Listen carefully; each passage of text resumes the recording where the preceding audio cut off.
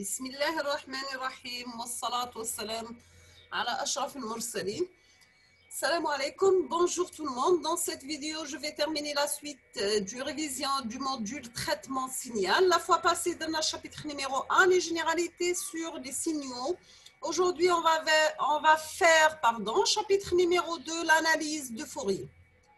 On va commencer toujours par une introduction. Maintenant, si on considère un signal quelconque, on peut le représenter dans des systèmes différents. Soit dans des systèmes temporels, qu'on appelle ça une représentation temporelle. Donc, c'est F égale à S de T. Donc, sachant que S de T, c'est notre signal. Ou bien sous forme de système fréquentiel, c'est une représentation fréquentielle. Donc, GY égale à S de F. L'objectif de l'analyse de Fourier est de représenter l'amplitude, la phase et l'énergie ou bien la puissance des signaux déterministes en fonction de la fréquence. Pour la série de Fourier, l'élément fondamental de l'analyse de Fourier est constitué par le fait qu'un signal périodique peut être décomposé en une somme d'ondes sinusoïdales. Donc, soit x de t un signal périodique de période grand T, on peut le décomposer en série de Fourier de la manière suivante. Donc, j'ai x de t égale à A0 plus une somme qui varie de 1 jusqu'à l'infini de AN cosinus n oméga t plus BN sinus n oméga t. Les coefficients AN et BN sont appelés les coefficients de Fourier tels que A0 égale 1 sur grand T, un intégral qui varie de moins t sur 2 jusqu'à t sur 2 de x de t dt. Donc, c'est la valeur moyenne de notre signal. Pour les AN qui est égal à 2 sur grand T, un intégral entre moins t sur 2 et t sur 2 de x de t cosinus n oméga t dt. Les BN, c'est 2 sur grand T, un intégral entre moins t sur 2 et t sur 2 de x de t sinus n oméga t dt. Maintenant, on va passer la forme exponentielle. J'ai que la forme complexe du développement en série de Fourier du signal x de t. C'est x de t égale à une somme pour n varie de moins l'infini à plus l'infini de Cn exponentielle Gn oméga t. Sachant que Cn, c'est 1 sur grand T, un intégral sur un intervalle i de x de t exponentielle moins Gn oméga t dt. Maintenant, pour la relation entre les AN et les BN et les CN, j'ai que AN égale à CN plus C de moins N et BN égale à 1 sur G fois C de moins N moins C de N égale à G par C de N moins C de moins N. Et C de N en fonction de A et B, c'est 1,5 de AN moins G par BN. Maintenant, pour le spectre de fréquence, le spectre d'amplitude AN qui est égal à la racine de AN au carré plus BN au carré. Donc, le spectre de phase, c'est Fn, c'est l'argument de Cn, donc qui est égal à arctangente de moins BN sur AN. On appelle spectre de fréquence du signal la représentation graphique de la fonction n. Donc, à partir de n, j'aurai A de n. Maintenant, on va passer la formule de Perceval. La formule de Perceval indique que la puissance d'un signal x de t peut se calculer à l'aide des coefficients de Fourier de ce signal. Donc, Gp qui est égal à 1 sur grand T, l'intégrale entre moins t sur 2 et t sur 2 de x de t élevé au carré dt. Donc, qui est égal à A0 au carré plus 1,5 pour n égale à 1 plus l'infini de AN au carré plus BN au carré. Donc, c'est une somme pour n égale à moins 2 jusqu'à plus l'infini, moins l'infini, pardon, jusqu'à plus l'infini de Cn en valeur absolue élevée au carré. Nous avons une remarque Leet-Gould, si le signal x de t est pair, alors les coefficients Bn sont tous nuls. Donc, j'aurai les Bn égales à 0. Maintenant, si le signal x de t est impair, alors les coefficients AN sont nuls, donc j'ai les AN égales à 0. Maintenant, on va voir la transformée de Fourier. La transformée de Fourier relative aux signaux de nature quelconque, essentiellement non périodique. La transformée de Fourier s'obtient de manière équivalente à la série de Fourier, mais en faisant tendre la période grand T vers l'infini. Nous avons la sommation devient une intégrale, donc on obtient x de f, c'est la limite de tc de n quand t tend vers l'infini. Donc c'est la limite quand t tend vers l'infini de moins t sur 2 jusqu'à plus t sur 2 de x de t par exponentielle moins g de pi ft dt. Donc, on aura par conséquent, on peut écrire x de f, la forme égale à moins intégrale de moins l'infini à plus l'infini, de x de t exponentielle moins g de pi ft dt. Donc, sachant que x de f, c'est la transformée de Fourier de x de t, c'est clair. On peut aussi passer du domaine fréquentiel au domaine temporel à partir de la transformée de Fourier x de f. On calcule le signal x de t, donc x de t, donc c'est la transformée de Fourier inverse, qui est égal à l'intégrale de moins l'infini à plus l'infini de x de f par exponentielle moins g de pi ft d de f. Donc, on a dit que c'est la transformée de Fourier inverse. Donc, en résume, c'est pour x de t à la pour transformée de Fourier et grand x de f. Grand x de f à la pour transformée de Fourier de moins 1 inverse x de t. Pour le spectre d'amplitude, j'ai la valeur absolue de x de f, c'est la racine de la partie réelle de x de f plus élevée au carré plus la partie imaginaire de x de f élevée au carré. Le spectre de phase, j'ai fait de f égale à arc tangente moins la partie imaginaire de notre signal x de f sur la partie réelle de x de f.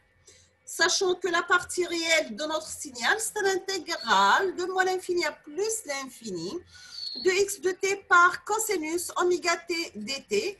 Et la partie imaginaire, c'est moins l'intégrale de moins l'infini à plus l'infini de x de t sinus oméga t dt. On passe aux propriétés de la transformée de Fourier. On va commencer par la linéarité. J'ai x1 de t a pour transformée de Fourier x1 de f. x2 de t a pour transformée de Fourier x2 de f. Donc, j'ai lambda x1 de t plus bêta x2 de t a pour transformée de Fourier lambda 1 x1 de f plus lambda 2 x2 de f. Pour la similitude, j'ai x de t a pour transformée de Fourier grand x de f. x de at a pour transmis de Fourier 1 sur la valeur absolue de a x de f sur a. Donc, c'est la dilatation. Pour démontrer ça, nous avons la transmis de Fourier de x at, c'est un intégral de moins l'infini à plus l'infini, de x at par exponentielle moins g de pi ft dt. On va faire un petit changement de variable. On va poser t' qui est égal à at. Donc, c'est a supérieur à 0. Donc, dt' est égal à a dt. Donc, dt est égal à 1 sur a dt'. La transmise de Fourier de x at, c'est l'intégrale de moins l'infini à plus l'infini de xt' par exponentielle moins g de pi f sur a t par 1 sur a par dt'. Donc, c'est égal à 1 sur a, nous l'intégrale parce que c'est une constante. Ça reste l'intégrale de moins l'infini à plus l'infini de xt' exponentielle moins g de pi f sur a t' dt'. Donc, j'aurai la transmise de Fourier de x at est égal à 1 sur a xf sur a. Maintenant, pour a soit inférieur à 0, j'ai d' est égal à moins at. Donc, t est égal à moins 1 sur a t'. dt est égal à moins 1 sur a dt'. À partir de la relation numéro 1, j'aurai la transmise de Fourier de x at est égal à moins 1 sur a, l'intégrale de plus l'infini à moins l'infini de xt' exponentielle plus g de pi f sur a t'. D'accord? Parce que t, c'est moins t'.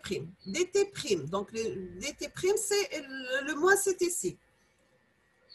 Est égal à 1 sur a, un intégral entre moins l'infini et plus l'infini de x de t' exponentielle moins g de pi f sur a dt'. dt', bien sûr. Donc, j'aurai la transmise de Fourier de x at est égal à 1 sur a xf sur a. Donc, x at a pour transformer de Fourier 1 sur la valeur absolue de a x de f sur a. Maintenant, on va voir la translation. J'ai x de t a pour transformé de Fourier x de f. Donc, x de t moins a pour transformé de Fourier xf par exponentielle moins g de pi af. Exponentielle g de pi at par x de t a pour transmis de Fourier grand x de f moins a. La dérivation, j'ai que x de t a pour transmis de Fourier grand x de f. La dérivée énième de x de t sur t à la puissance n a pour transformé de Fourier g de pi f à la puissance n x de f. La dérivation en fréquence, j'ai x de t a pour transformé de Fourier grand x de f. La dérivée de x de f par rapport à f a pour transformer, donc c'est moins g de pi t x de t. Nous avons aussi l'égalité de Perceval, soit deux signaux x de t et h de t. C'est x de t a pour transformer de Fourier grand x de f et h de t a pour transformer de Fourier grand h de f. Donc, j'ai que l'intégrale de moins l'infini à plus l'infini de x de t par h conjugué de t, dt. C'est l'intégrale de moins l'infini à plus l'infini de x de f par grand h conjugué de f df. Donc, j'aurai que c'est x de t égale à h de t. Donc, l'intégrale de moins l'infini à plus l'infini de x de t élevé au carré dt égale de l'intégrale de moins l'infini à plus l'infini de x de f élevé au carré df.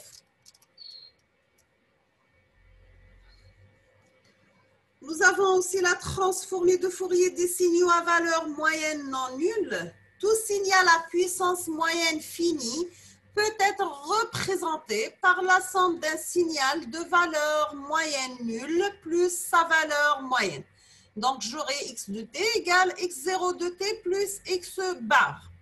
La transformée de Fourier de x de t, c'est la transformée de x0 de t, c'est plus la transformée de Fourier de x bar. Donc, j'aurai grand x de f égale à grand x0 de f plus x bar par Dirac de f. Nous avons aussi d'autre part, x de t, c'est un intégral de moins l'infini à t, de x prime de 0 dt plus x bar. La transformée de x de t égale à transmis de Fourier de l'intégrale de moins l'infini à t, de x prime de 0 dt, de t dt plus la transformée de Fourier de x bar. Si on va toujours avec la transformée de Fourier, donc qui est égal à la transformée de Fourier de moins l'infini à t de x prime de 0 dt, qui est égal à 1 sur g de pi f, la transformée de x0 prime de t. Donc j'aurai à la fin grand x de f égale à 1 sur g de pi f, la transformée de Fourier de x0 prime de t plus x bar Dirac de f. On va appliquer un exemple.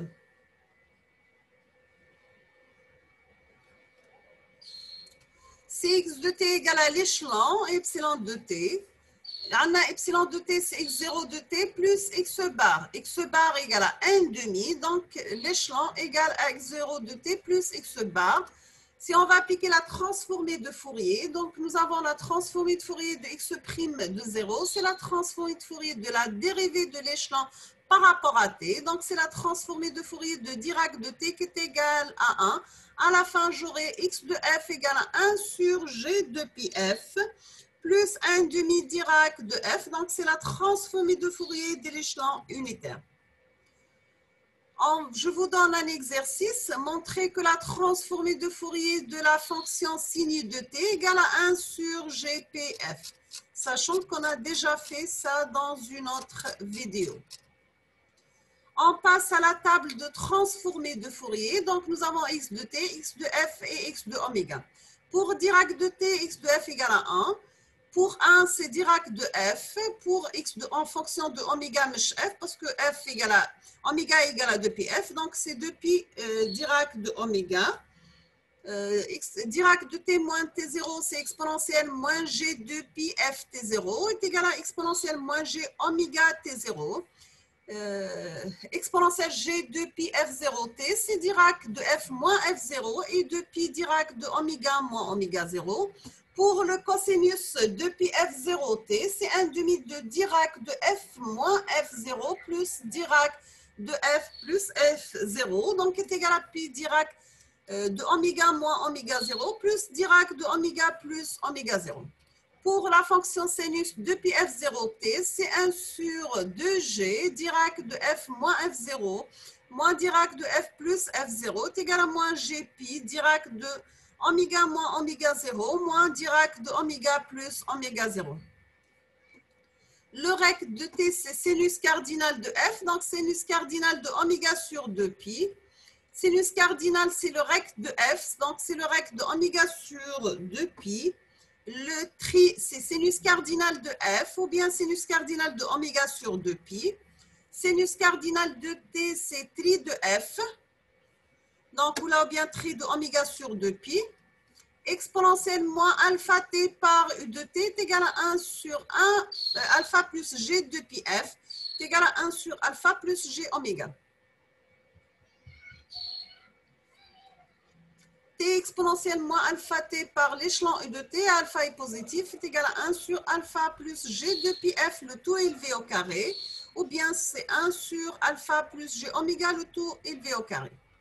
Exponentielle moins alpha, la racine, la valeur absolue pardon, de t pour alpha positif, c'est 2 alpha sur alpha au carré plus 2 pi f élevé au carré, ou bien c'est 2 alpha sur alpha au carré plus oméga au carré.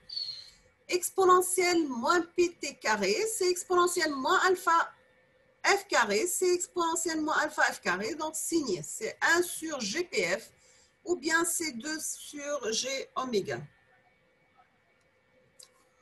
Pour u de t, c'est 1 demi Dirac de f plus 1 sur g de pi f est égal à pi Dirac de oméga plus 1 sur g oméga. La dérivée de Dirac de t sur dt est égale à g de pi f est égale à g oméga. La somme de Dirac de t moins 1 t0 pour n varie de moins l'infini à plus l'infini est égale à 1 sur t0, une somme qui varie de moins l'infini à plus l'infini de Dirac de f moins n sur t0, donc est égal à 1 sur t0, la somme de Dirac de oméga moins 2 pi 1 sur t0. D'accord? Donc, sachant que u de t est égal l'équivalent à epsilon de t, c'est la fonction échelon. Vous pouvez démontrer ça vous-même, d'accord? C'est-à-dire, vous pouvez calculer la TF de l'échelon, signer exponentielle vous-même et vous comparez vos résultats avec les résultats CTF tableau, d'accord? Donc, nous sommes à la fin de la vidéo. Je vous remercie infiniment pour votre attention. N'hésitez pas si vous avez des questions ou bien des remarques. Et à la prochaine vidéo, Inch'Allah. Merci beaucoup.